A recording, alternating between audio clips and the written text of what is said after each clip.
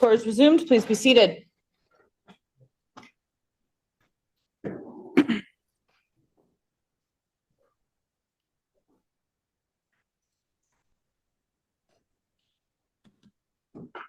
Mr. Gover, I'll just get my screen up and running.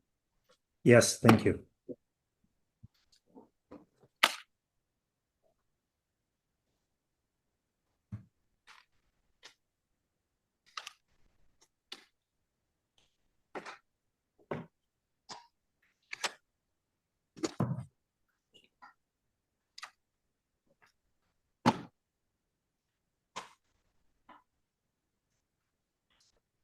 Whenever you're ready, please. Thank you very much. The court will recall that when we broke, I was completing my submissions on the second topic, which is the Crown's use of the Robinson-Huron Treaty settlement. And the submission was that the Crown approached this matter with a closed mind, seeking to impose a settlement or the exercise of its discretion in a way that would be imposed on the Superior Anishnabai First Nations on a per capita basis. And the court had asked me a question about whether this was the subject of discussion during the engagement process. And I'm grateful for the opportunity to review the record during the break. And at this point, I would take the court to the two offer letters. First of all, Canada's December 20th offer letter, which is in the record, tab 46, page 3043. And the point here in relation to both Canada and Ontario is that they sought to use or justify lower per capita numbers. But again, we see that the Robinson-Huron Treaty settlement was used as a benchmark or a comparator. And as we'll see, circumstances show that it was used as a ceiling the next month when the discretion was ultimately exercised. But in the offer letter from Canada on December 20th, Canada says this: Canada considers that the total amount it proposes to pay to the Superior First Nations should be reasonably comparable on a per capita basis, despite the fact that the productivity of the Robinson Superior lands was lower. In this regard, Canada notes that the current population of the RST First Nations is roughly 37% of the RHT First Nations, and reference there is to a letter of November 21 at page 9. So clearly, Canada had approached this by reference to the Robinson Superior settlement on a per capita basis, and they're seeking to justify not parity, but a lower per capita number than had been the subject of the settlement with the Robinson-Huron Treaty plaintiffs.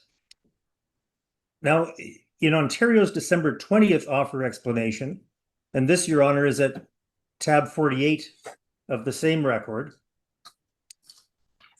we see that Ontario says it must consider whether compensation to the Robinson Superior Treaty First Nations would be significantly less per person. And we see that in paragraph 235. That's in the record at page 3118. And Ontario also does the population comparison. It does so at page 3121. This is at paragraphs 248 and 249. And they're on the screen now, as the court will see.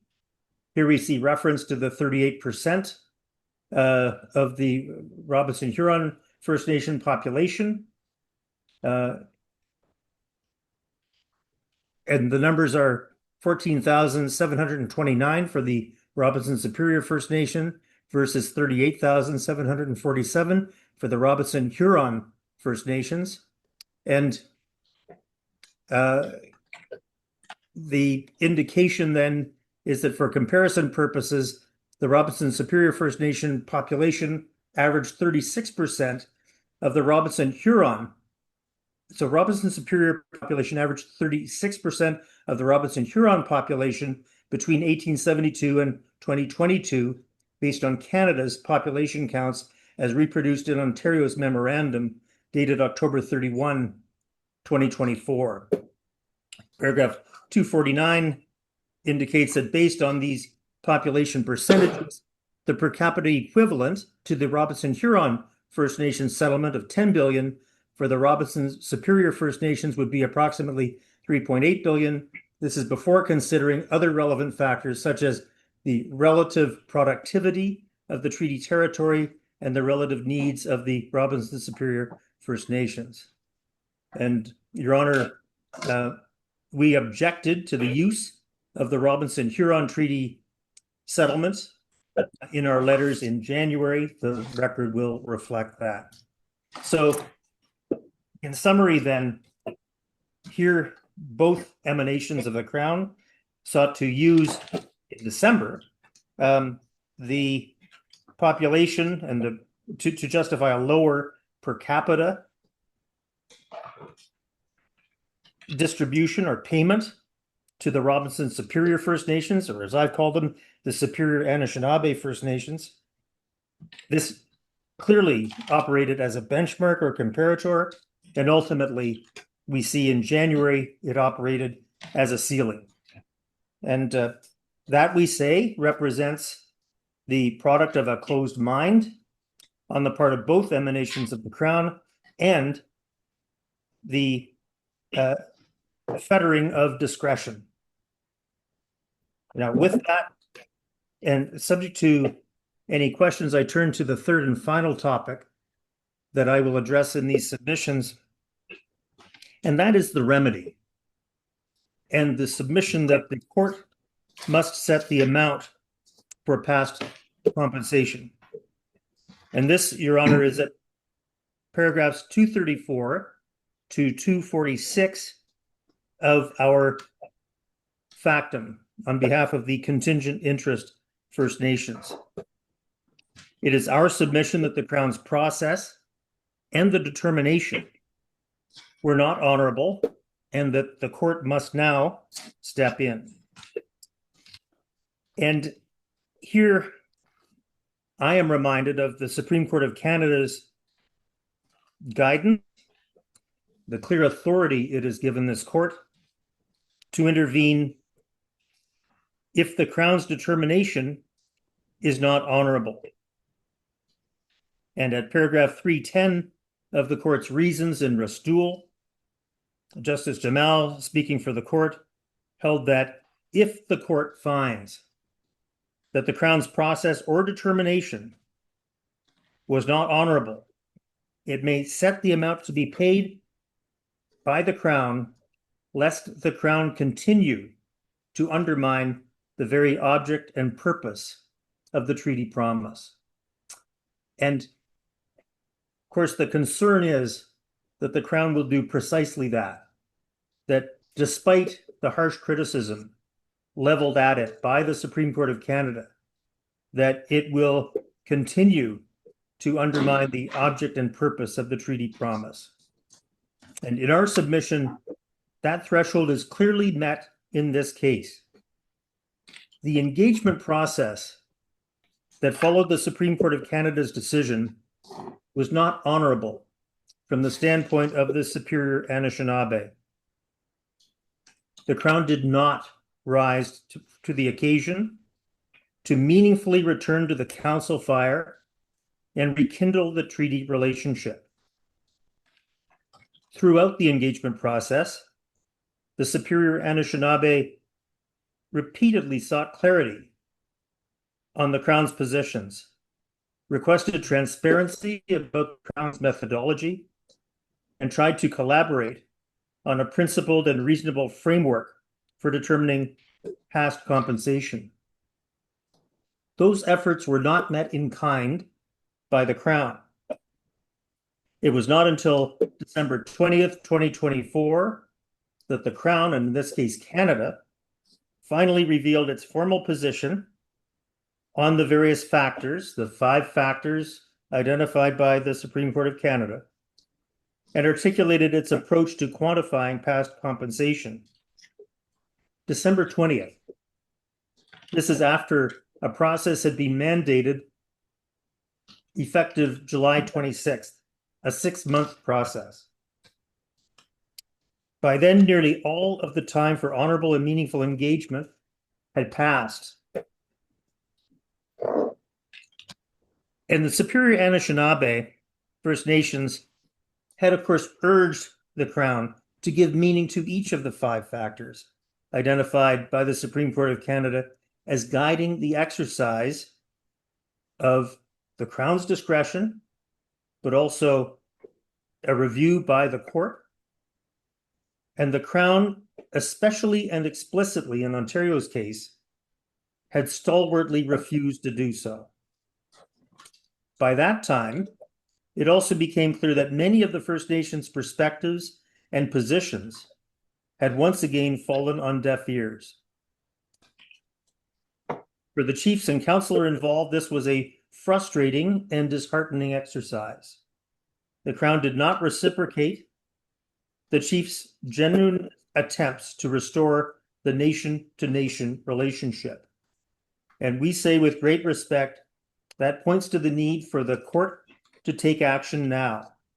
Anything less would allow the Crown to continue to frustrate the implementation of the sacred treaty promise to share in the wealth of the land.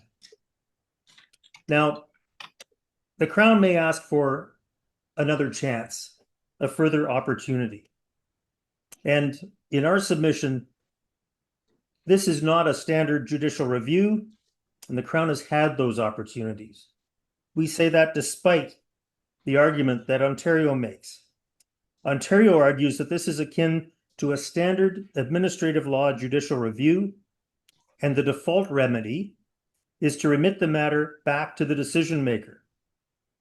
But we say, with respect, that analogy fails for 2 reasons.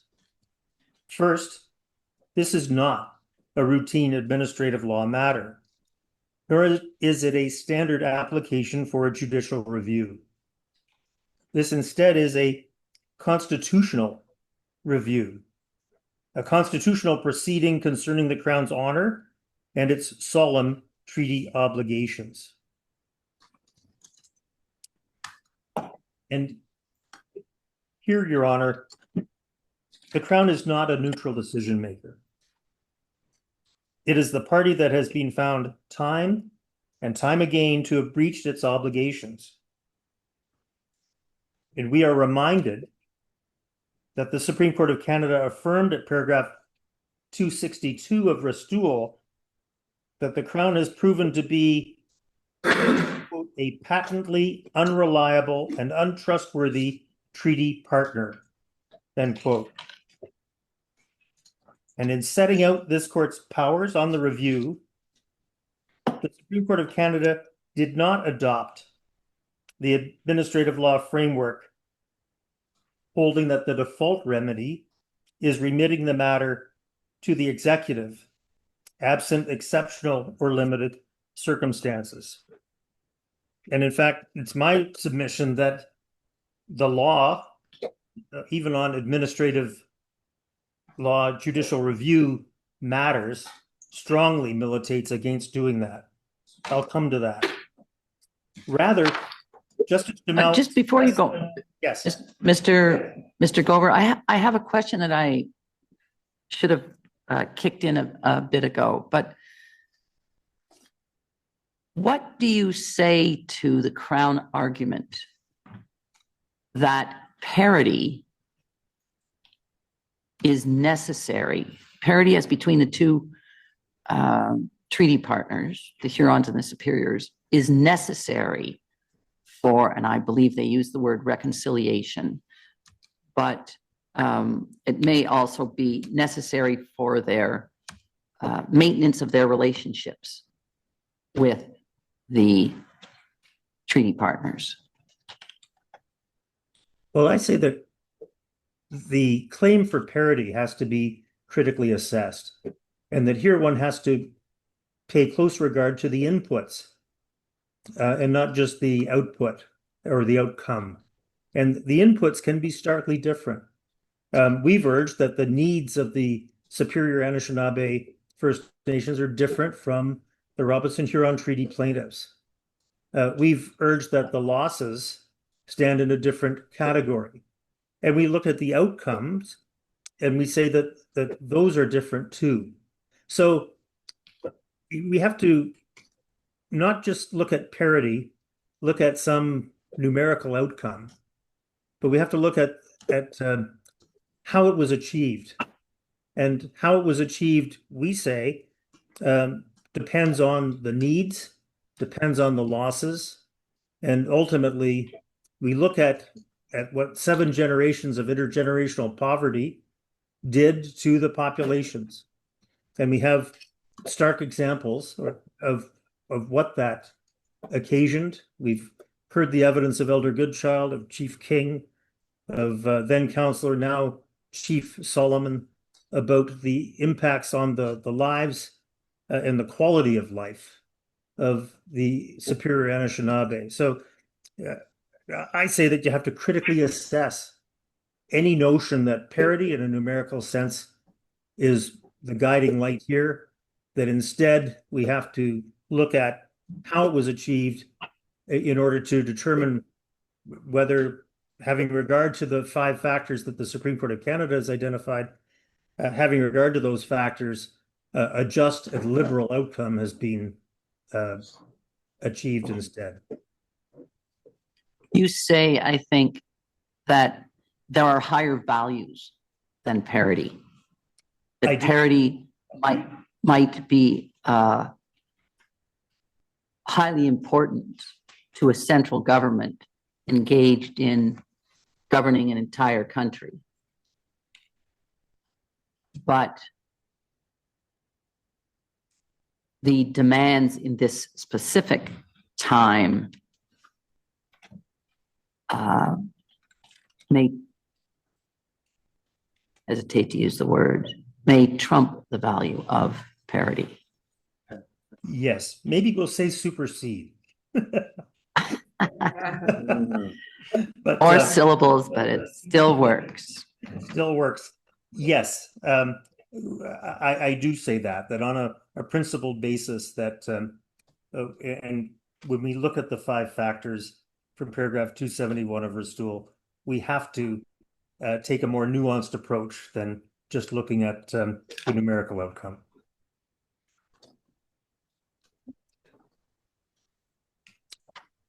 Numerical on one basis per capita.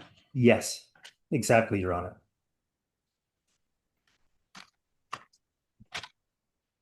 So to come back to what Justice Jamal said at paragraph 310, where he invoked the power of the court, authorized the court to order the Crown to pay full compensation, fair compensation, lest the Crown continue to undermine the very object and purpose of the treaty promise. It's important for us to think as well of the administrative law framework for deciding whether to remit a matter.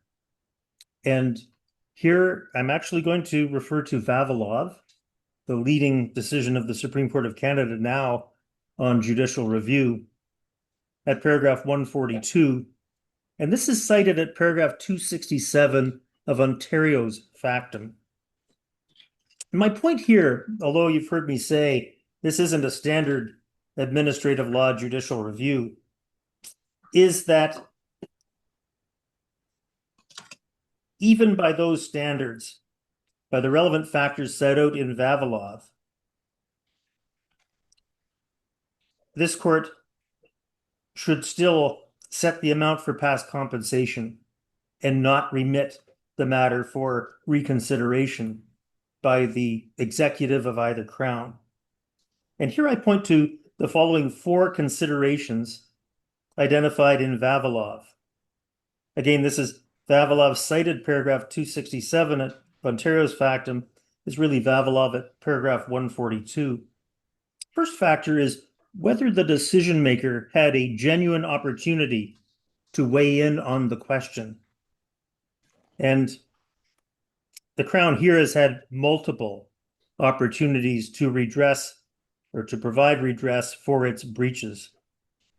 The Crown had 175 years to fulfill its promise. Since the treaty was signed in 1850, it failed. The Crown was then given a further 6 months with direction from the Supreme Court's decision to act honorably and remedy its breaches. Again, it failed. Now, another factor is fairness to the parties. And in our respectful submission, it would be unfair to the Superior Anishnabai to re-engage with the very party that has shown an unwillingness to meaningfully engage with them over the past 6 months. This calls for the court's intervention. And by its own conduct, during the course of this litigation and the engagement period, the Crown has lost the moral authority to simply say, trust us, to get it right a third time. And here I paraphrase the language of Justice Jamal at paragraph 262 of the Ristoul decision itself, where he said moral authority had been lost. The Crown can no longer say, trust us. The third of the four factors from Vavilov to which I'll refer is delay and urgency of resolution. And the Crown's failure to fulfill its obligation has already caused decades of delay. Indeed, more than a century and a half of delay. The Supreme Court's decision was intended to bring finality and accountability. Yet here we are again, debating whether to give the Crown another chance. In my submission, there can be no serious debate about that. Remitting for consideration would create further inordinate delay. It would postpone compensation, delay annuity augmentation discussions, and undermine the forward-looking goal of reconciliation.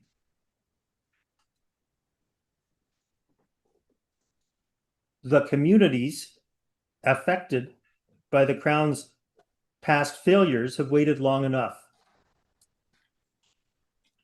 There is an undeniable tone of urgency in my submission underlying the Supreme Court of Canada's decision. Recall the words, "The time to return to the council fire is now." The urgency of resolution weighs heavily in favor of judicial determination now that the return to the council fire has failed. And the fourth factor is efficient use of public resources. And remitting this matter to the Crown for another round of engagement will consume time, money, and institutional resources. And it is readily foreseeable that it could lead to another round of litigation. The court has before it a full factual record, including expert evidence, Crown explanations, and the results of the 6-month engagement process. No judicial officer will ever be better placed to make this determination than this honorable court is right now. Judicial determination at this stage is the most efficient and effective use of public resources. So in short, we say with respect, even under traditional judicial review principles, remitting for consideration is not warranted here. The Crown has had its opportunities. The First Nations have waited long enough, and the court is now in the best position to bring this matter, this chapter in Canadian history, to a close. But Ontario argues that you should remit the matter to them because it is, and I quote, important for the Crown to have a genuine opportunity to weigh in on the question of past compensation after considering any further directions that the court might make, end quote. Your Honor, the reference there is to Ontario's factum at paragraph 269. Surely, this argument rings hollow here. The Crown has had many genuine opportunities to act honorably. They have proven themselves undeserving of yet another one. And that takes me to this submission. This court can and should set the amount for past compensation. The record is clear. In my submission, the court is not being asked to speculate as to the appropriate amount of past compensation. There is a detailed record before the court, including all of the stage 3 evidence over a 68-day trial, including the comprehensive expert reports from Professor Stiglitz and Mr. Hutchings. We have, as part of the record, the full record from the parties' exchange of correspondence during the engagement process, and we have the evidence from the Crown decision letters explaining the Crown's final determinations. And it may be helpful at this point, Your Honor, for me to ask Ms. Angelova to turn up Mr. Hutchings' chart. It's in our compendium at Exhibit B, tab 12, page 1383. It's also in my friend's record, tab 55C at page 3546.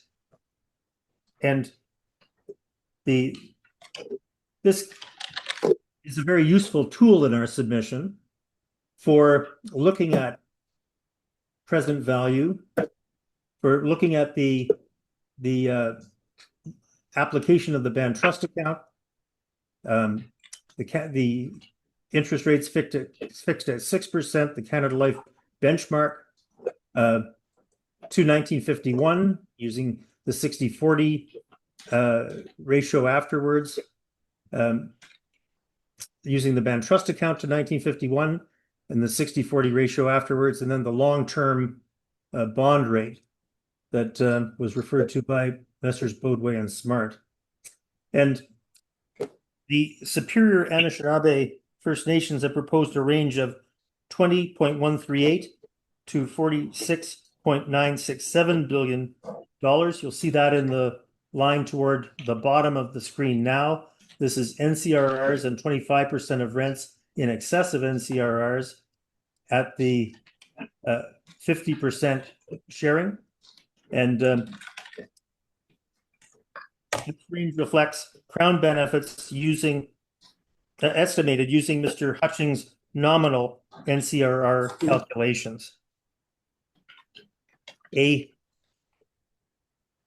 conservative estimate of indirect benefits as 25% of economic rents. Mr. Gover, can you please explain to me what the 5.77% rate, where does that belong? Is that the Canada Life benchmark? Yes, I believe it is. At the top of the page, yes. Thank you. And the share you'll see, of course, I've alluded to this, was a 50-50 sharing approach, which generously accounts for the wider needs of other communities, as well as the deep unmet needs of the Superior Anishnabai First Nations. And it represents the bring forward rates ranging from the Canada Life benchmark to the 60-40 balanced market approach, which provides some compensation for lost opportunities, although we say that that is an underestimate of actual loss. This range represents substantial compromise. We fully acknowledge that compensation need not be calculated with mathematical precision, and should the court have any concerns about any particular assumptions, whether regarding NCRRs, indirect benefits, or rates of return, the court retains full discretion to make reasonable downward adjustments, or to make inquiries, of course, of the parties. The range can be adjusted by a percentage or a specific amount to reflect the court's view of the evidentiary record. For example, were the court to conclude that it's inappropriate to fully adopt Mr. Hutchings' NCRR calculations, the court might be inclined to deduct a percentage from that amount to perhaps account for additional expenses that he did not include. And if the court were to deduct, picking a number here, 25%, that would bring the bottom of the range closer to $15 billion. My point is that the record before the court, which includes this chart and two other charts I'll take you to, provide the means for the court to have a reasonable level of assurance that a fair and just amount for past settlement can be fixed. And you have our submission must be fixed in the circumstances of this case. Now, as Mr. Schachter said yesterday, the court has before it additional evidence in the record with further calculations that could assist the court if it were to accept some of Ontario's criticisms of Mr. Hutchings' NCRR numbers. And here, I'll take you to my friend, Mr. Schachter's and Ms. Lewis's compendium, tab 11, initially at page 142. And what we have here is forestry revenues excluded from 1960 onwards. And again, you'll see the same analysis is being engaged in by Mr. Hutchings, using the same metrics.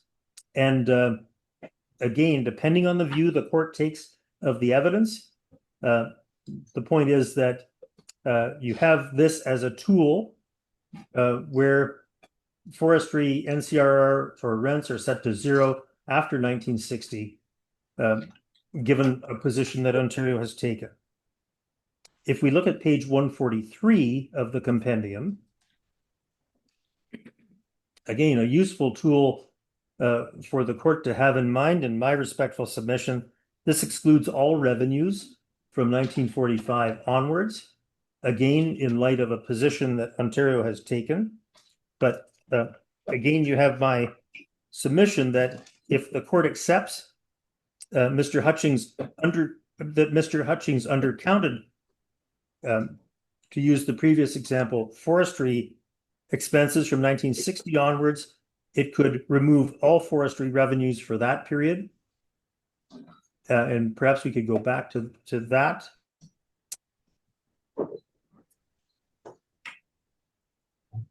And what we are left with, you have it highlighted here, is the $31.195 billion, and that's NCRRs plus 25% of rents and band trust account to 1951, the 60-40 balanced portfolio, and a 50% share.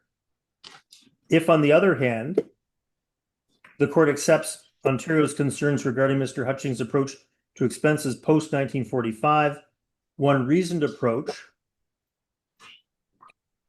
might be to exclude all revenues post-1945. And what we're left with there, and we've highlighted it on what is on the screen now, is $13.894 billion. That's NCRR plus 25% of rents, band trust account to 1951, the 60-40 balanced portfolio, and the 50% share. Now, to be clear, we do not concede that there were no Crown benefits after 1945, but in taking the court to these charts, I hope that I've demonstrated or illustrated how these calculations could assist the court in determining past compensation. What matters most is that reconciliation can no longer wait. Remitting the matter would allow the Crown to delay again, to dissemble again, to disappoint again, to add to the delay that can only be described as inordinate and unconscionable. That is the mischief in remitting this matter to the Crowns for further consideration. We ask this court to uphold its role as guardian of the Constitution to ensure that the Crown finally fulfills the treaty promise it made in 1850. We ask this court to put an end to the national disgrace underlying this case. And in doing so, we ask this court to allow the parties to renew the treaty relationship, not in the shadow of past breaches, but in light of a rekindled council fire. And attendance before it is long overdue. And subject to any questions, Your Honor, those are the submissions on behalf of the Contingent Interest First Nations. Thank you. Thank you. I have one question. When you say that the Crown has lost the moral authority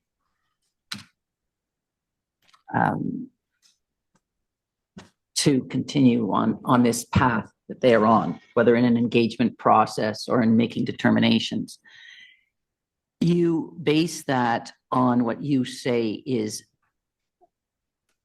175 years of broken promises, plus what you say is dishonorable, a continuation of dishonorable conduct in the engagement process. But isn't the answer from the Crown going to be, and then I'm asking you to answer this, well, obviously, we engaged in some sort of honorable conduct. We were able to negotiate a deal with one of our treaty partners. So how can you say overall we have engaged and throughout and continuously and continuing that the Crown has engaged in dishonorable conduct? Thank you. Well, the criticism leveled at the Crowns by the Supreme Court of Canada, and this is, I appreciate, as of July 27th, 2024, included the assertion by our highest court that the Crown had lost the moral authority to say, trust us, that the notion of a benevolent Crown was misplaced. And that would apply to right up to that date. It's true that the Crown has settled, and we take no issue with the ability of the Robinson-Huron plaintiffs to settle. And we say that if it was an honorable settlement, and it was, it's because it was mutually agreed upon by parties with agency. We accept that. But what we're concerned with now, over the period since July 27th of last year, is the engagement process, the negotiation process, the offers and the exercise of discretion by the Crowns. And we do maintain that in relation to the superior Anishnabai First Nations, that the conduct of the Crown has been dishonorable. And we say that for reasons that include those that you've heard in the course of my submissions today. My submissions about the improper invocation of polycentric considerations.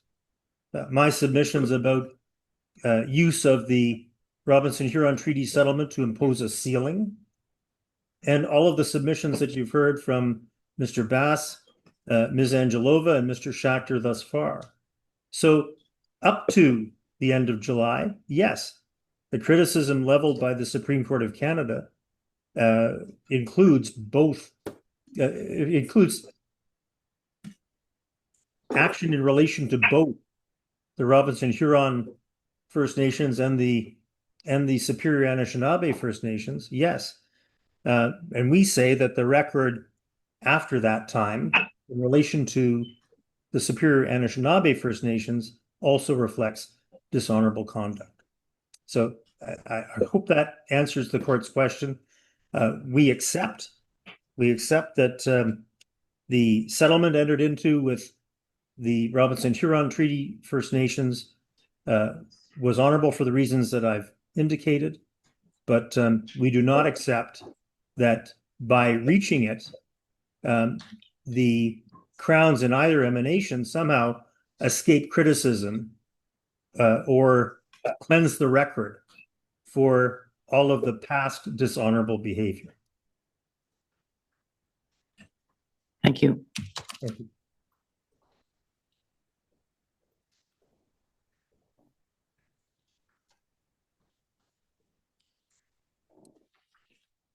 Okay. Thank you very much. I have nothing further to ask. Thank you, Your Honor.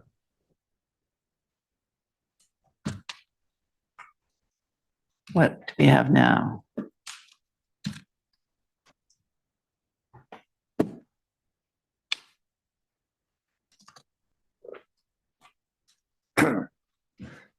Justice, today, my colleague, Ms. Brack, and I will make submissions on behalf of the intervenor, Temagami, Teme-Augama, Anishnabai. Just like to acknowledge that Chief Shelley Moore Frappier made the trip from Bear Island to be here today. I'll start off, make certain submissions. My colleague, Ms. Brack, will follow up and have further submissions on the 5 factors. But before I get to mine, if it would be helpful for the court, I wanted to follow up on a couple of questions the court this afternoon posed to my friend, Mr. Gover. The first point is on the dishonorable conduct question. Recent Yes, question? that you just asked. Our client's position is that's a perfect example how this needs to be specific to individual First Nations. Now, Yes. we're not arguing When you say this needs to be, that question of whether the Crown's conduct has been dishonorable. So we're not arguing our client's facts, we're intervening, but we support the submissions by Mr. Gover that the court needs to look at the particular relationship between the Crown and the particular First Nation and weigh, judge, has it been honorable or not? so you say you can be honorable with 5 First Nations and dishonorable with a 6th. Yeah, That's a possible finding. totally possible. Different circumstances, different treaty. I also wanted to pick up on the question the court posed to my friend, Mr. Gover. I think it was along the lines of the Crown making submissions that parity between the settlements is necessary for reconciliation, if I heard the court right. Well, I hope I am properly That's fine. taking the Crown's position. I'll make my comments for what they're worth. When I heard that question from the court, the first point that came to mind for me is this is so similar to the arguments the court has used to hear over and over again about, quote, public interest. This has to be done in the public interest. And the Supreme Court has dealt with that. The court has said that's too vague, too broad, and too unworkable. And our submissions is the same applies here, relying on, quote, reconciliation. That's too vague, that's too broad, that's too unworkable to justify an argument that there needs to be parity. And for the court's benefit, at paragraph 72 of the Sparrow decision, the Supreme Court said we find the public interest justification to be so vague as to provide no meaningful guidance and so broad as to be unworkable as a test for justification of a limitation on constitutional rights. Same in Vanderpeet at paragraph 136.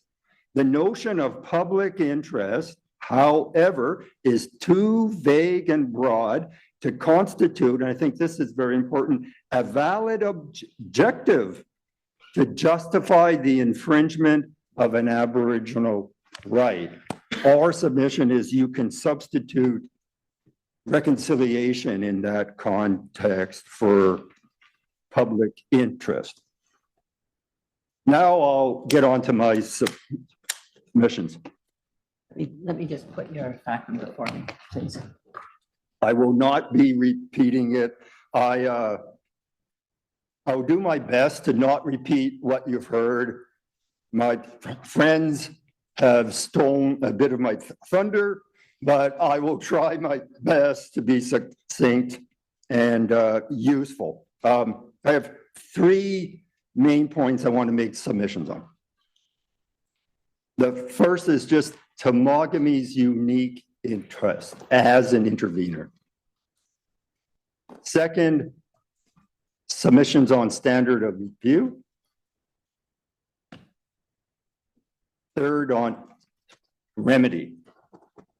Now, I understand the question has come up around the question of crown allocation. If it's useful for the court, I have a very short submission to make on that point. You say it's come up? That's what I've been told. So I do want to say something about it, but just if the court thinks that it would be helpful.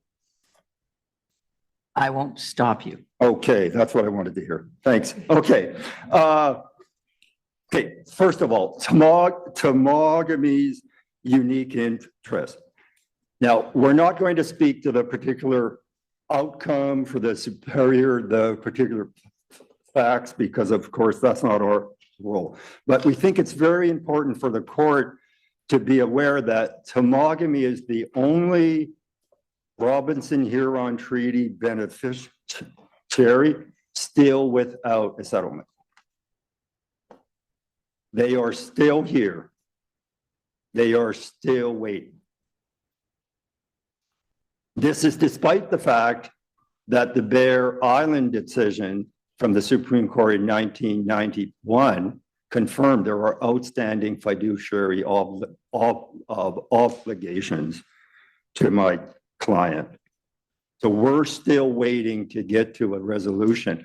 The outcome of this decision, the court's reasons will obviously be very important for Temagami on trying to reach an honorable resolution with the Crown, both on the question of process, what is an honorable process, and on the principles to be applied when calculating past compensation.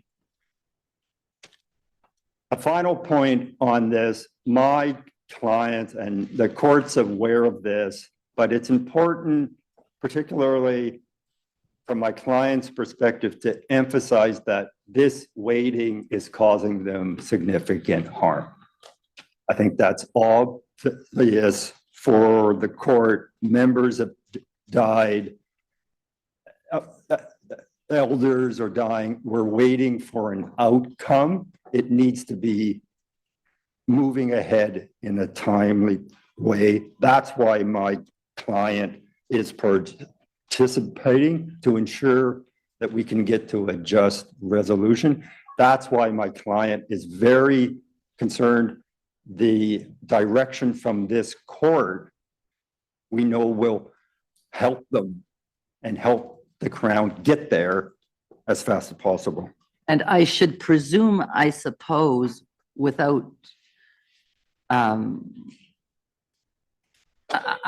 not inviting you to explain to me, but I am presuming that when you say the direction from this court will help you in your attempts to reach a resolution with the Crown, that the RHT settlement did not help you in that respect. The RHT was specific to those First Nations, Yes, but a decision in this case will be specific to the RST. right? But you say a decision on process and the amount will help you. It will, because it will be interpreting and applying the Supreme Court's reasons in res tool. This will be, of course, the first application. Temagami may be the second application, all depending how this goes. We hope we don't I get hope there. I hope that's not a threat, not to me, but to No, the world. it's not, it's a concern. All right. And so that's why, of course, it's very important that we have guidance and clear guidance from the court interpretation of those principles. How they apply particularly to the superiors, that's not our business, but we're really focused on how do you apply these principles in a just way. And it will help not just direction, of course, for Temagami, but direction for the Crown. So my first set of submissions is on the question of standard of review. And you know this, but I'll repeat the obvious. There is no precedent for this. If there was any court proceeding that was sui generis, this is it. So looking to precedent in duty to consult cases, admin, judicial reviews, we don't think that will be very helpful. In fact, as painful as this perhaps has been over all the years, we think now the court is in a very enviable position. And I'll explain why. You have clear guidance from the Supreme Court. The principles are there. I see the stacks of case law my friends have brought. I don't think you need to look that much beyond the res tool decision. I'll take you to some of the key paragraphs. I think the court is on very solid ground, relying on the Supreme Court's clear direction in res tool. So as I've said, and we explain in our factum, this is not a duty to consult case.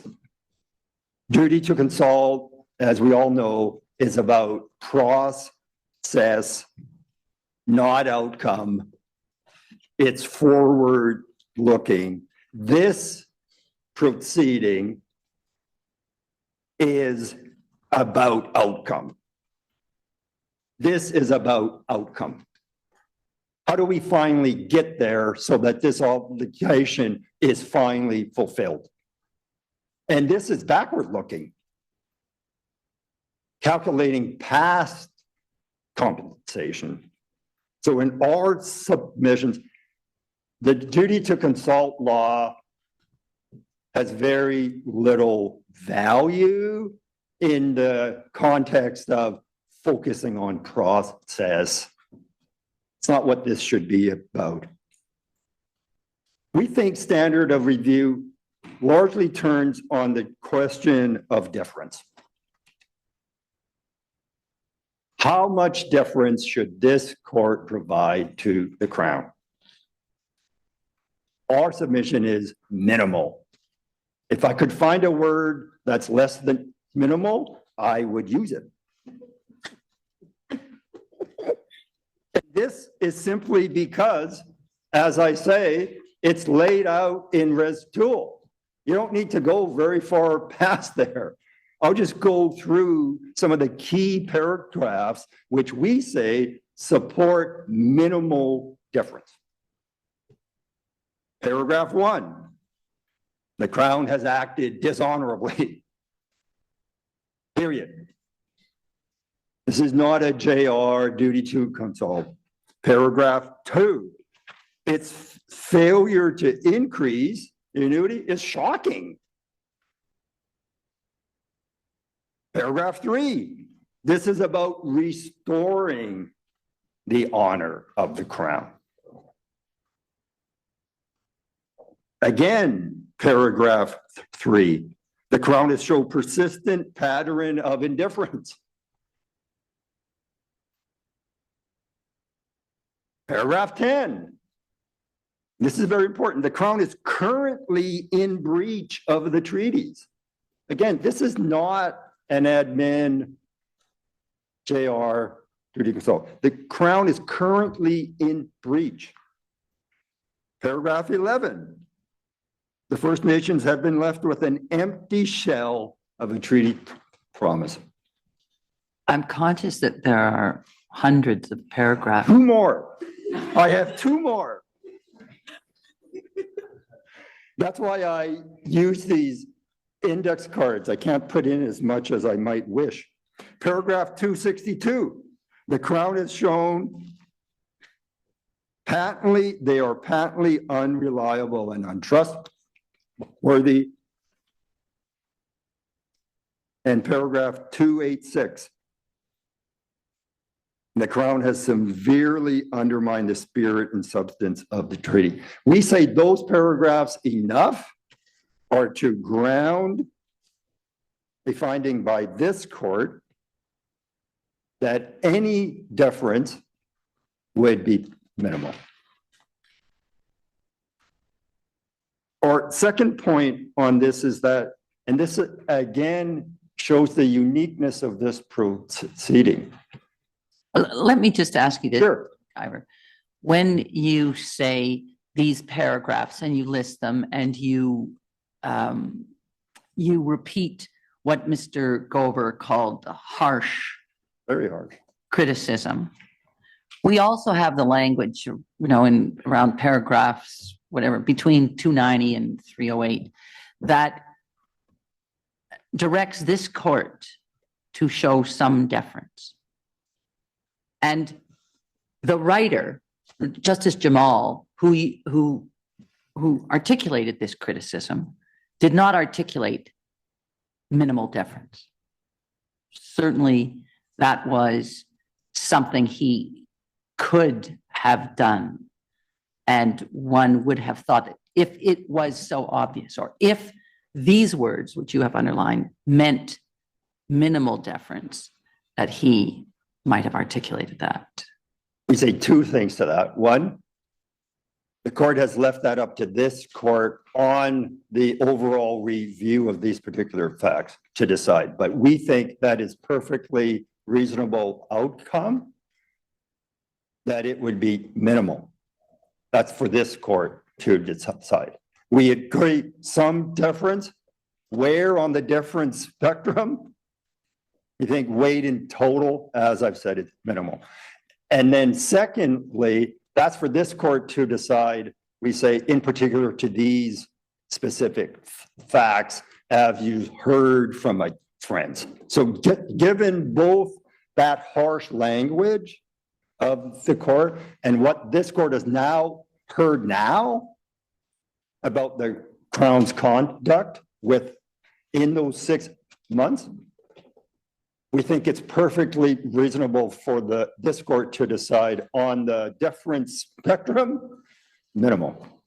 And I should correct myself. I'm not sure he said some deference or he said a degree of deference.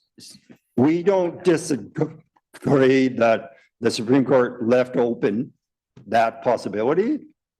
Our submissions is minimal.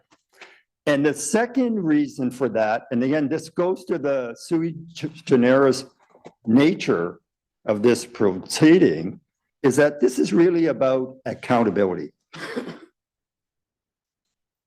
And the Supreme Court was clear on that. Paragraph 298, paragraph 302. This is a matter of accountability. This is a matter of holding the Crown to account for its breach of the treaty to date. And we say because of that aspect of these proceedings, that weighs towards the minimal end of the deference spectrum.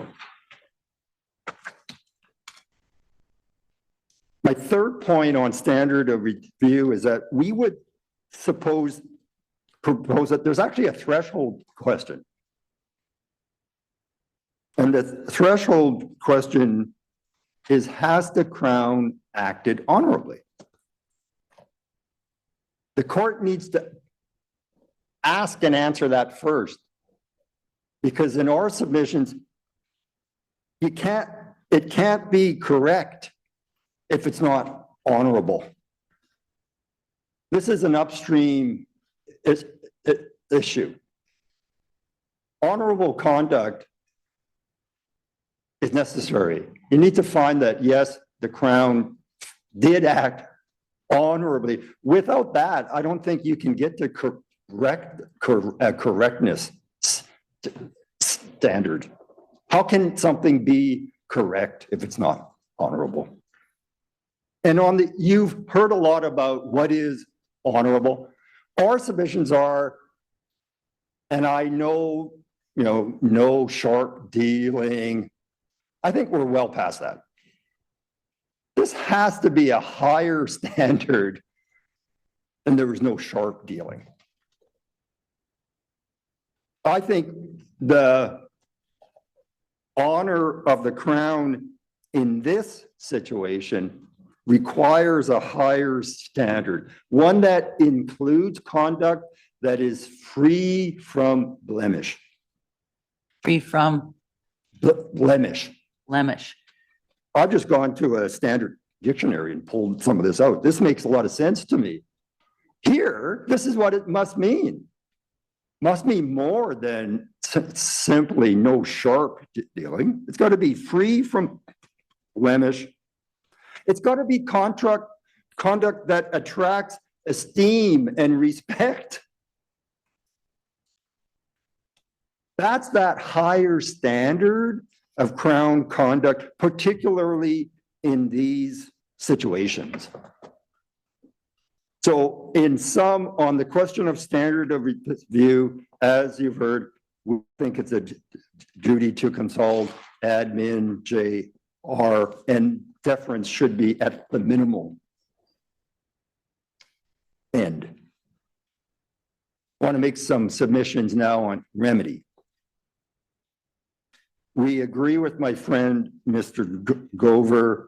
In general, we're not speaking to the particular outcome, but we think, and again, we hope our client doesn't end up here, but we think it's important for the court to establish a principle in applying res tool that, while it's possible, be extremely unlikely to remit to the Crown again. We think when it gets to this point, it's up to the court to decide. The court should decide the amount, and that's for a few reasons. One, as we already heard, the Crowns are already in breach of the treaty. They are in breach. And they're also in breach of the separate obligation of diligent fulfillment.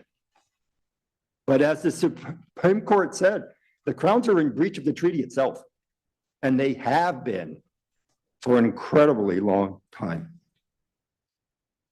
I think the language of the Supreme Court at paragraph 13 is helpful when the court said Ontario and Canada must act now, and they highlighted the word now. Our submission is that if this court in this type of proceeding finds that Crown conduct has not been honorable, this court must act now.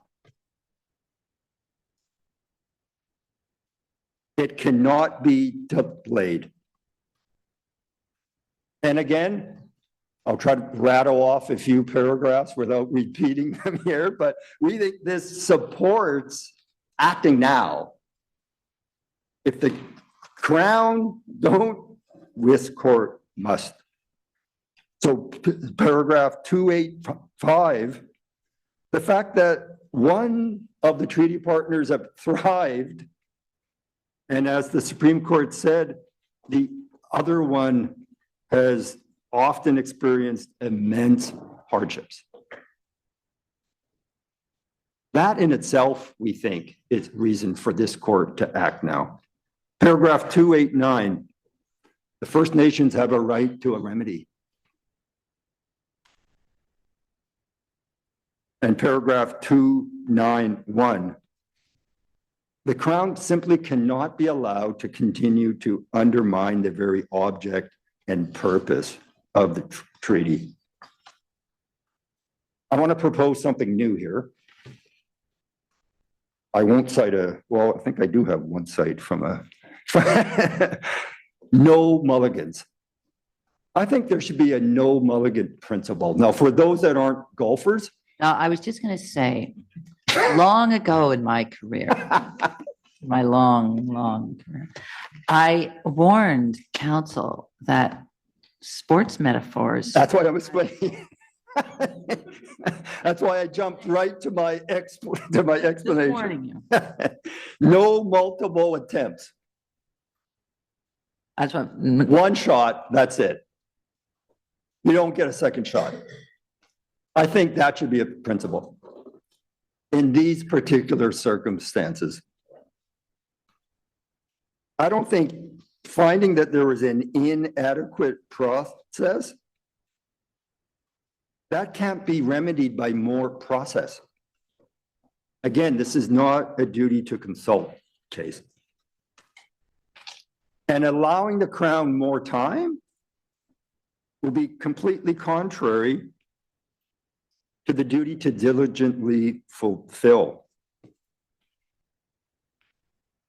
I think the Crown gets one shot, that's it. One of the practical reasons, and not to be cynical about this, but I think based on my client's experience and what you've heard from the First Nations to date and the harshness of the Supreme Court's reasons, it's very well likely that if the Crown got another shot, they would still only raise it minimally. Maybe they can get by with that. We'd be in a never-ending process coming back again until this court decides it. That's just based on the track record so far, and I think it's a reasonable prediction. It's important that this court decide. One final point on remedy. And again, I think it's the direction that the Supreme Court has been identifying courts going when there's a constitutional obligation that's outstanding. And these are these principles of vindication and guardian. The Supreme Court in Days Attell, and I'll give you the paragraphs, Justice, 84 to 86, Justice Rowe pointed to the role of the courts as vindicating Section 35 rights. And Justice Jamal in Rastul picked up on this at paragraph 274, 275, that there's an obligation on the courts to ensure that there's fulfillment in a timely manner. And that's part of the court's responsibilities and obligations to vindicate Section 35 rights and act as the guardian of Section 35 rights, and particularly in these circumstances. So since you've invited me, I will make a short submission on Crown allocation. My client's position on that, simply put, is that there should be no court decision on allocation between the crowns until the total compensation amount is either agreed to or determined by the court. And that's for one crucial reason. Setting aside the fact that, of course, these treaties predate Confederation, the division of powers, division of crown lands. We think it's important because if not, you could, or at least we could foresee a future where one of the crowns would have it determined by the court that say they owe 80%. I'm just pulling a number out. Instead of 50, they will owe 80% of the total compensation. I could foresee arguments then from that crown along the lines of, well, now that we know that we owe that much, we thought we owed maybe 2 billion, now we owe 3.5 or something. Given the size of that, the entire pie needs to be smaller because of the needs of non-Indigenous people as one of the factors. Perhaps one of the crowns would raise the idea we need to build a tunnel under the 401. It's going to cost billions of dollars. We've got to weigh these things. The overall pie needs to be smaller now that we know what our bill will be. We think it's important that we continue along the line of 50-50. That's what the assumption has been so far. No decision by this court that would upset that until after there is a agreed resolution or there's a decision on the total compensation owed to the First Nations. So that's our. And do you think some determination by this court is somehow final? Well, whether it's final or not, I know there is a court of appeal, but we think that it could carry a lot of weight, and we think it will be potentially detrimental to our client, given the factors outlined by the Supreme Court. So those are my submissions. My colleague, Ms. Brack, has submissions on the 5 factors. I'm not sure what time you rise, Justice, though. What time is it? Is it 4:30? Oh, it's 3:30. Okay. Oh, yes, we For your take a- afternoon usually break? take a break. Okay. Thank you.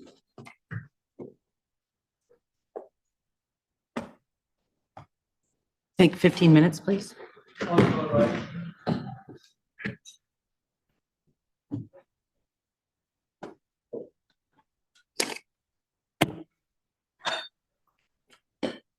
This court is sit down for 15 minutes.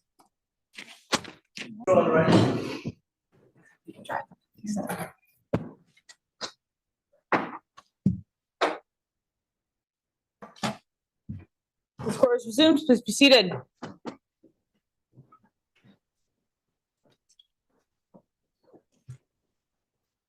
Good afternoon, Your Honor.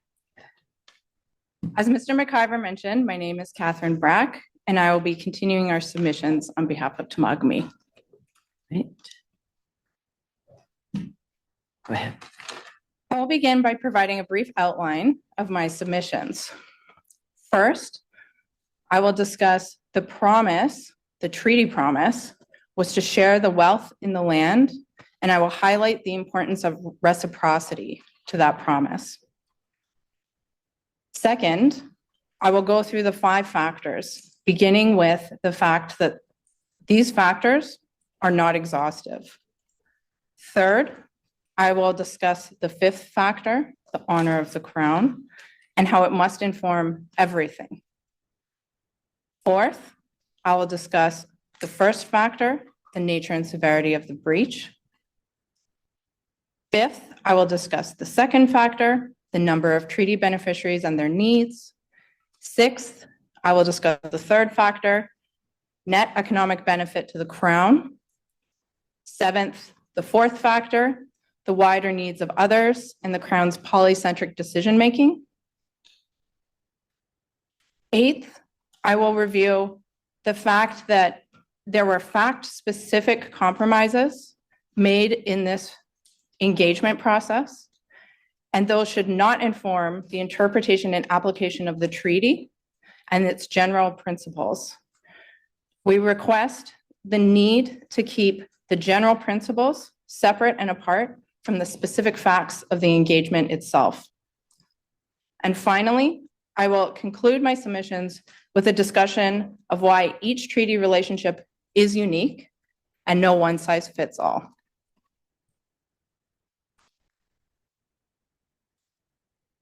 So I want to begin my submissions with discussing some general legal principles that we want to highlight.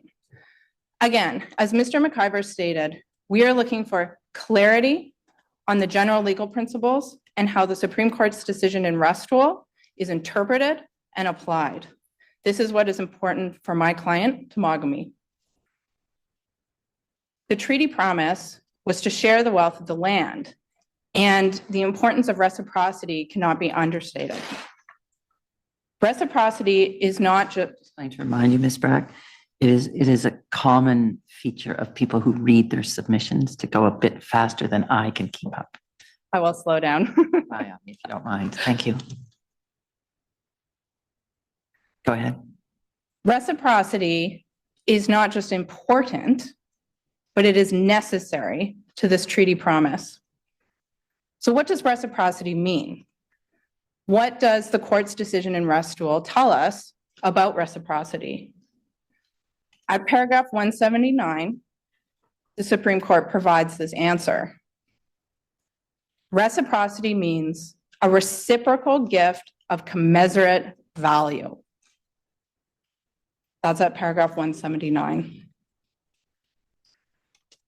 So what share of the wealth is owed that is a reciprocal gift of commensurate value to all that was given by the Anishinaabe to the Crown? The Anishinaabe gave up their right to exclusive occupation of the land and agreed to share it with the Crown. This gift is enormous. The Supreme Court concluded as much at paragraph 285. The gift that the Anishinaabe provided the Crown benefited not only the Crown and its nation-making and nation-building process, but it benefited non-Indigenous Canadians greatly year after year after year. So what did the Anishinaabe receive in return? What was provided in response? Hardship, suffering, underfunding, broken treaty promises. This is not a reciprocal gift of commensurate value. The Crown's compensation for past annuities must therefore reflect this principle of reciprocity. We submit that any determination of the range or quantum owed under the treaty must be of commensurate value. And when considering the issues and the questions before you, you will need to ask yourself whether the range or quantum reflects this commensurate value. So a gift of commensurate value requires calculating what is the share of the wealth to be provided? What is the bring forward rate that reflects this commensurate value? What is the total amount owed that appropriately reflects this value of reciprocity?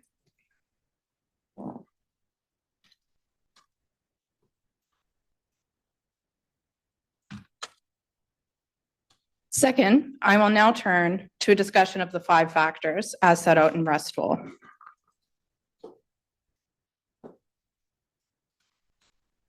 The 5 factors themselves are not exhaustive. This was held by the Supreme Court at paragraph 271. We raise this issue not because we are trying to expand the scope of this review, but we want to invite the court to draw on other factors if it is necessary, or if it is based in the submissions that my friends have made earlier this week, such as compensation for the lost opportunity and historical harm suffered as part of that breach.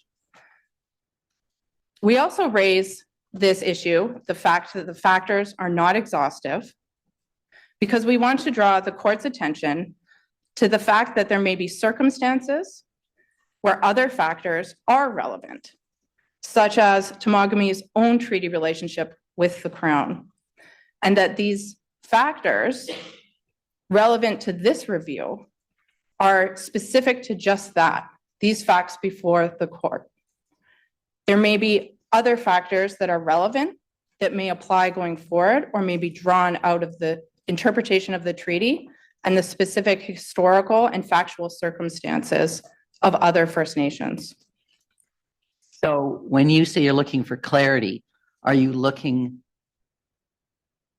for the court to articulate that these factors and whatever the parties suggest are additional factors to be considered are specific to the Robinson Superior treaty beneficiaries only? Is that what I'm not sure if that's what you're asking.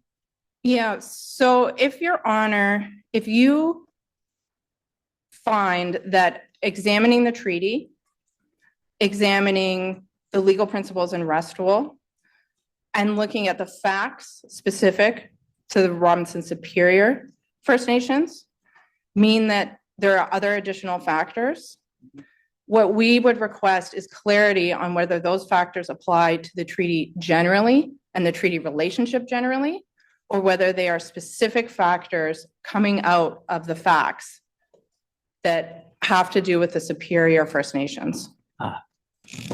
So this is a finding or this is an articulation you want if there are further factors identified. Yes, as part of our submissions, we are requesting clarity, and we know that this decision will be used in the future in some way, which we don't know. And it would be helpful for my client to know what are general principles and what are fact-specific principles.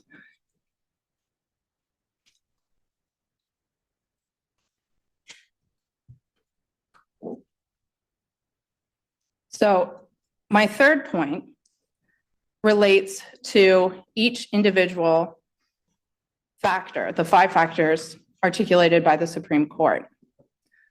I want to highlight our submission that they do not all attract the same weight, and they do not all apply in the same way. When we look at these factors, our submissions are the one that should attract the most weight is the 5th factor, and that's the one I will address first. So the 5th factor must inform everything.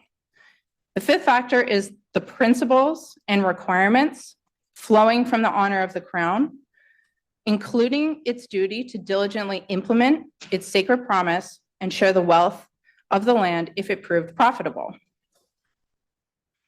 So when assessing the Crown's conduct in these circumstances, its reasons, its justifications, the court should ask itself, is this honorable? Does this reflect the honor of the Crown? Does this decision, this determination, this response, this reason, does this advance reconciliation, which is required by the honor of the Crown? The same goes for the principles of respect, reciprocity, renewal, and responsibility. These must guide every decision and every determination under review. They are overarching principles. Each Crown decision, reason, and justification we submit must further the purpose of the augmentation clause, which was to share the wealth of the land. Each decision, reason, and justification must therefore reflect the honor of the Crown.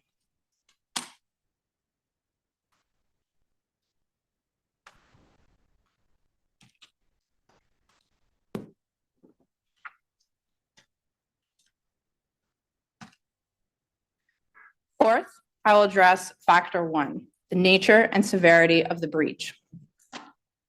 This factor must weigh heavily.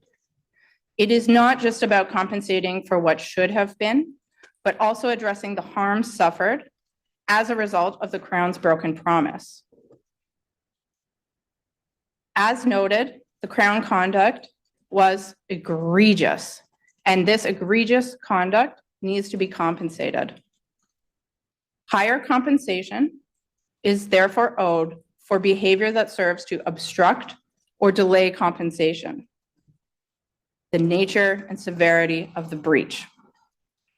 As you have heard from my friends earlier this week, the court has the power to fashion a creative remedy that reflects the principles of reconciliatory justice as articulated in Takuhikan. The overall compensation must address the nature and severity of the breach, and the remedy must be fashioned using the principle of reconciliatory justice. This factor is also relevant to what the bring forward rate might be and must compensate again for the nature and severity of the breach. The two are intertwined. The failure of the Crown to diligently implement the treaty and compensation for the losses and harms suffered by the First Nations means putting the plaintiffs in the position they would have been but for the breach. And I know there have been submissions earlier this week on this point, so I won't belabor it.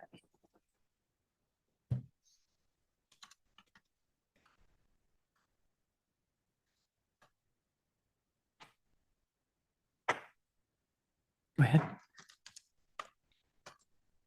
Fifth, I will review factor two, the number of treaty beneficiaries and their needs. For the purposes of this review, we submit that any discussion or analysis of the Superior First Nations population and their needs should be fact-specific to this proceeding, recognizing that other First Nations, such as my client, may have different histories and different perspectives, different needs and different populations. So this ties in to my earlier submission that there is a need for an articulation of the general principles to be applied and an articulation of the fact-specific principles as they relate to the superior plaintiffs. Perhaps you can help me out on this. I think I understand your overall request about specifying any facts that the court relies on. But when you're talking about population, you say this needs to be fact specific because other First Nations, such as your own, have different histories and different perspectives. Are you just talking about the number or the use of population as a factor? Both the number and the use. So the number should be determined from the Anishnabic perspective and who they consider to be their own population. That needs to be taken into account. How that applies to this analysis might be fact specific as it relates to the engagement process and certain considerations or concessions made or expert reports. For example, Professor Bignami's report is fact specific about population relating to the superior plaintiffs.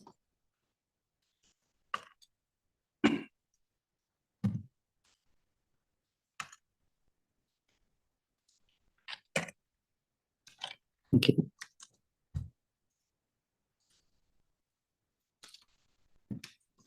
So likewise, when it comes to needs, these are also fact specific, but they must be considered with a view to how the Anishinaabe perceive them and perceive their needs.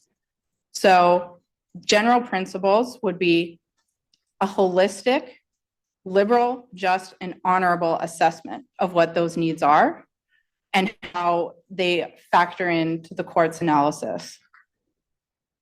When calculating an amount, that's where we stay out of it. We're not looking at the specific facts here. So we're not looking at the particular needs of each First Nation and how that impacts the particular quantum owed in these circumstances.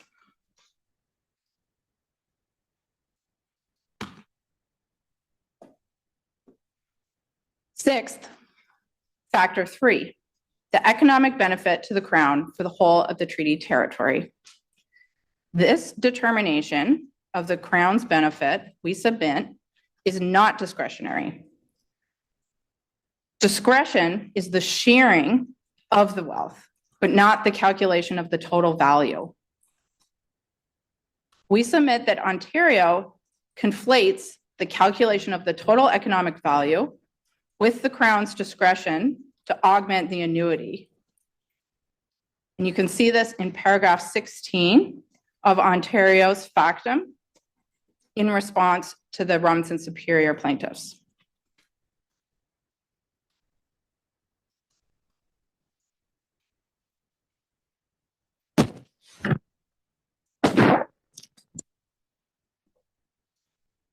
The formula for calculating the value of the land is different and distinct from the formula for calculating the First Nations fair share.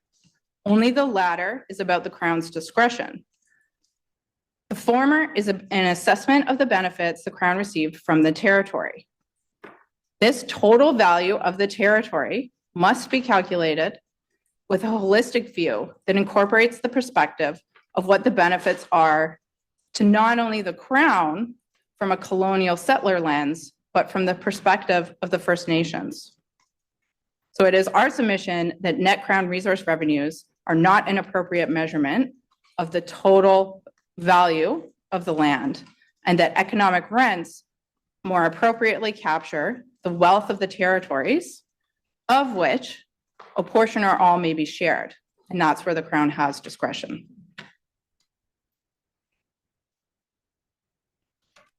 So once the overall amount is calculated, it is open for the Crown to make an argument for the reduction or what the proportionate share should be. The proportionate share of the total value must, and any reduction from say 100%, must have a principled basis and a rationale provided for any reduction. It must be transparent and it must be reasonable. The honor of the Crown requires this. The Crown must justify its decision and discretion with reasons that explain this in the context of the consideration of factor 4, polycentric decision-making. Because the Crown has no discretion on how the total value of the territory is calculated, we ask that this court determine what the appropriate metric is or methodology for calculating that value.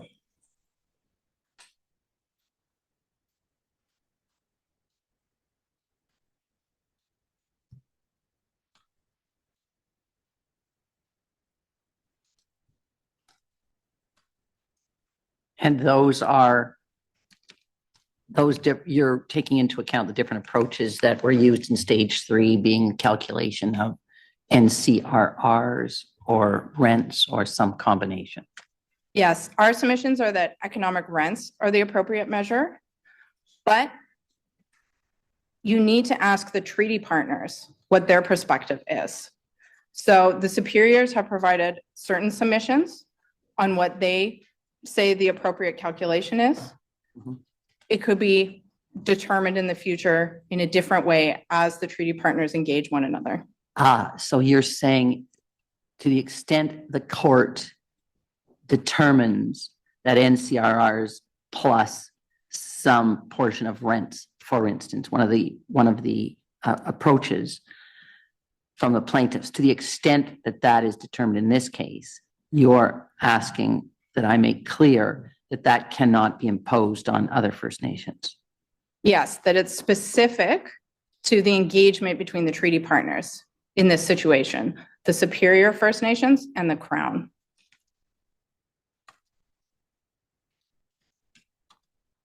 unless you make a finding that there is a general principle that needs to be applied, or that those specific concessions are not relevant or should be disregarded in some way. Thank you. Seventh, factor 4, the wider needs of other populations and the Crown's polycentric decision-making. So we submit, with regard to this factor, reconciliation must be given priority here. This is what the honor of the Crown requires. Nowhere does the court in Restool say that this factor must be given priority.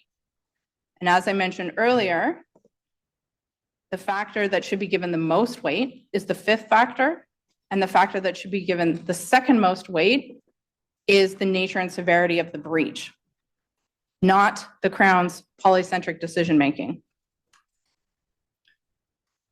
The Supreme Court says this at paragraph 296. When discussing the Crown's polycentric decisions, the Crown must, quote, weigh the solemnity of its obligations to the Anishinaabe and the needs of others. So the Supreme Court highlights the importance of the obligations to the Anishinaabe when looking at polycentric considerations. So the emphasis here is on the obligations owed to the Anishinaabe, solemn constitutional promises and legal obligations.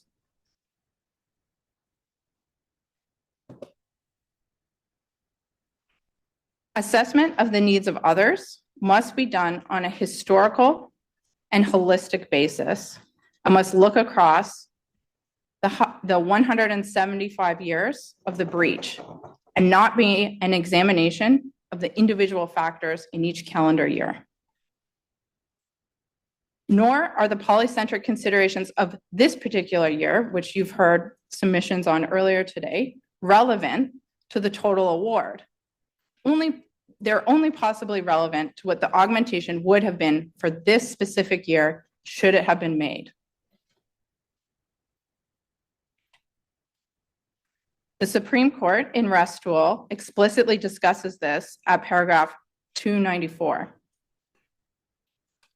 Quote, the amount by which the Crown might increase the annuity is a polycentric and discretionary determination that will inevitably reflect many social, economic, and policy considerations that may change over time, affecting the frequency and nature of net revenue and annuity calculations.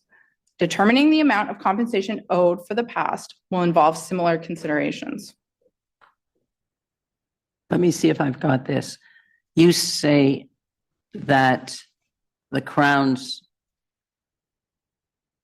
complex polycentric considerations can only be relevant in the year in which the annuity is being calculated, or for a year in which an annuity is being calculated or determined?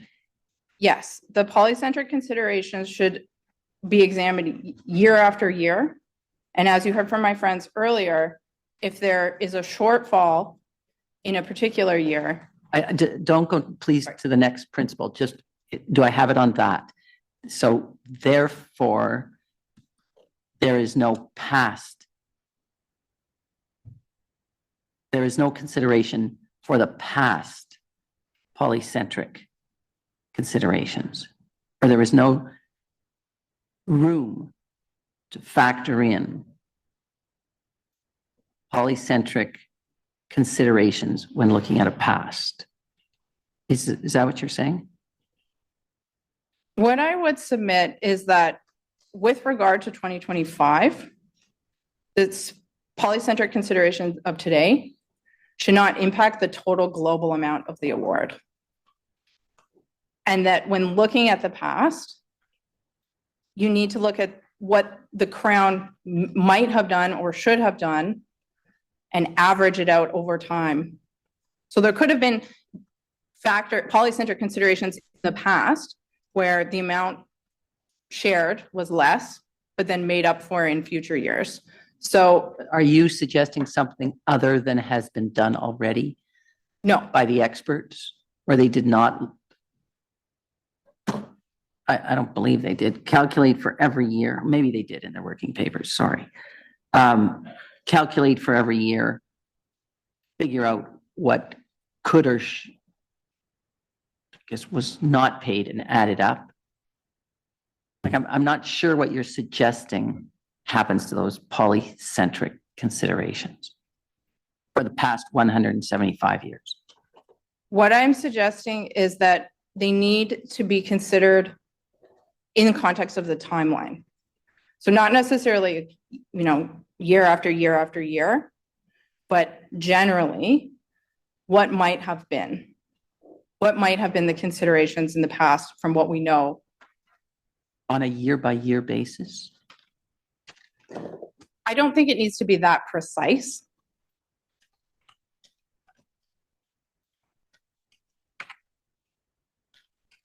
Okay.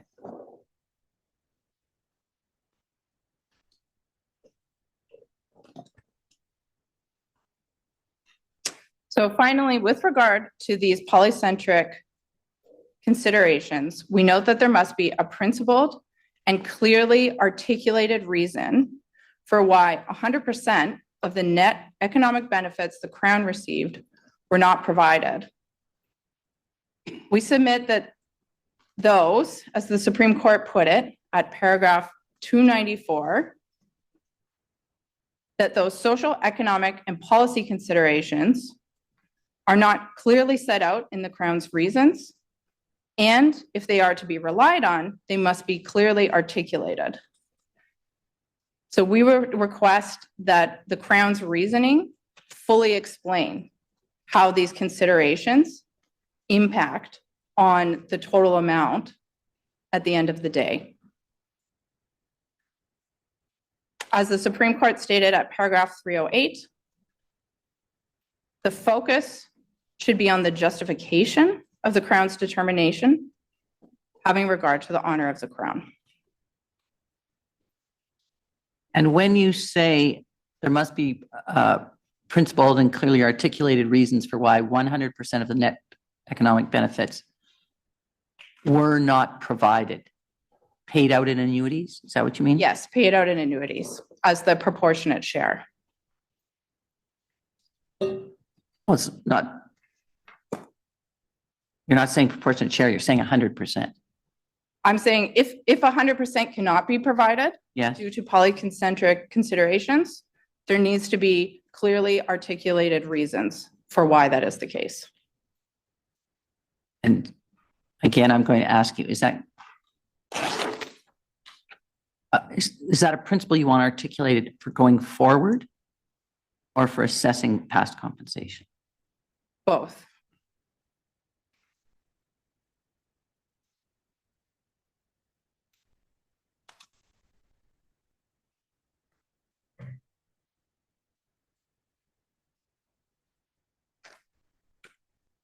I will now speak to the fact-specific compromises made by the Robinson Superior plaintiffs in this review.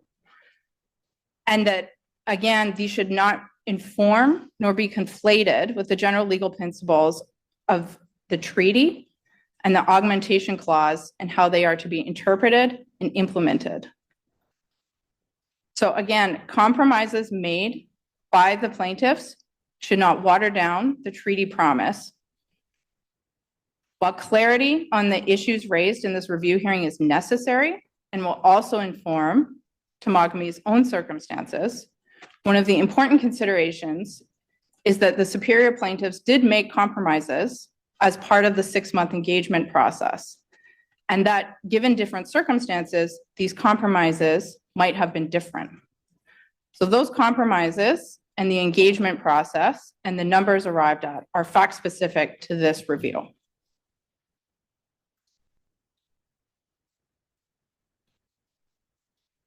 It would be helpful for Temagami and all involved in future implementation if we know what is applicable to these fact-specific circumstances and what are general principles.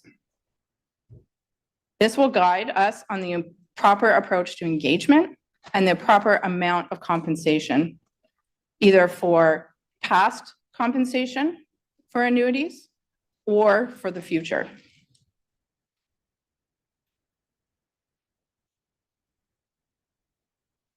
I have been pretty clear throughout that I am, that the future is not before me. Understood.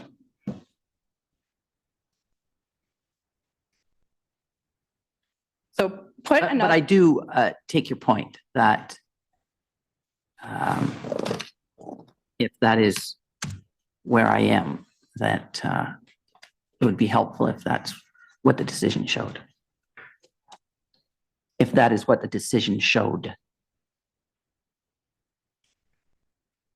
so what we are asking for is guidance and insight on how to proceed for Temagami.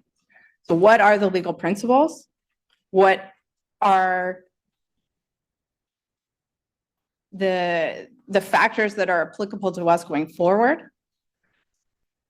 What should we do with this decision? How fact specific is it? How general is it? All of this will help us with Temagami's treaty relationship with the Crown and determining what that is.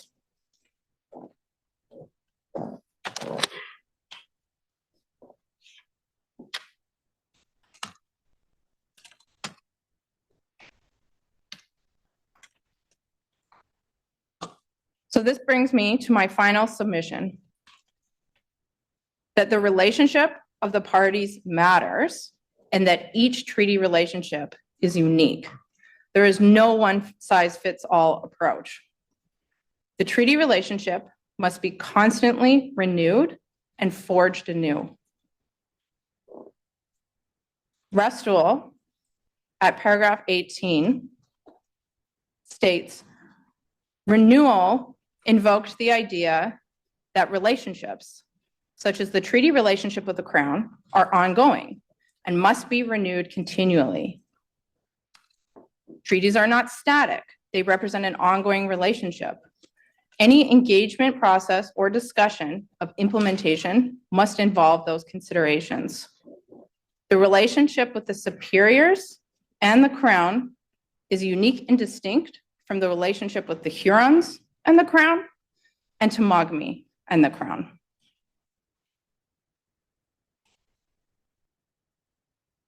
The renewal process, including the engagement process, needs to respect the uniqueness of the treaty parties and the values of respect, responsibility, reciprocity, and renewal. The Supreme Court, at paragraph 11, directed the engagement process in order to respect the nature of the treaty promise, repair the treaty relationship, restore the honor of the Crown, and advance reconciliation. This is that renewal process. This is what makes it unique to each treaty party, and the superiors and the Crown, Temagami and the Crown, and the Hurons and the Crown.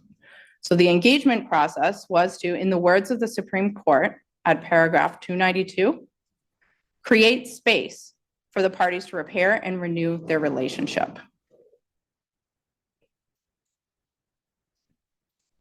As part of this, building consensus is important for the process of renewal and defining the treaty principles. And it requires the Crown to not only listen, but to negotiate, engage, and also make appropriate concessions or adjustments where necessary. The Crown must take into account the Anishnabai perspective, recognize that a treaty relationship involves give and take, and that there cannot be a predetermined outcome. This is why treaty interpretation looks at the common intention of the parties. The common intention must be ascertained in present times too, not just in the past. As the Supreme Court said in Restual, the Crown's decision is not unfettered and it is constrained by the treaty relationship. The share of the wealth of the land must be liberal, just, and honorable, must be a gift of commensurate value, and it cannot be decided without working towards consensus and renewal of the treaty partners and the treaty relationship. The unique treaty relationship and the principles that guide that renewal must be grounded by what is required for reconciliation and what is required in order to maintain the honor of the Crown. A different approach with different compromises may be necessary when there are different treaty parties involved, when they are renewing and clarifying their own relationship with the Crown. Consensus and renewal happen between the relevant treaty partners, and this process may arrive at different conclusions. But the general legal principles hold. This is what we seek clarity on with respect to this review.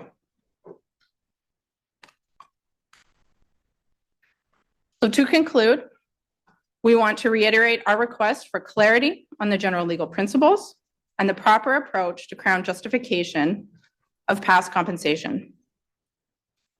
Clarity will help Temagami forge a new relationship with the Crown with respect to its own treaty relationship. We also repeat the need for Crown accountability, as Mr. McIvor made submissions on earlier.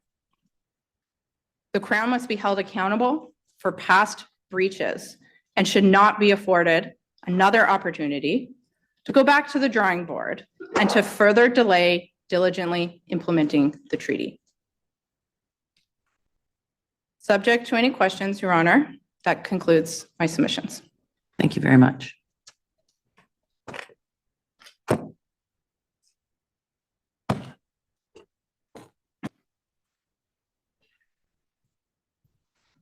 I think that's the end of our day. And we'll start with Hurons in the morning. Unless there's anything else, we'll break now. Thank you.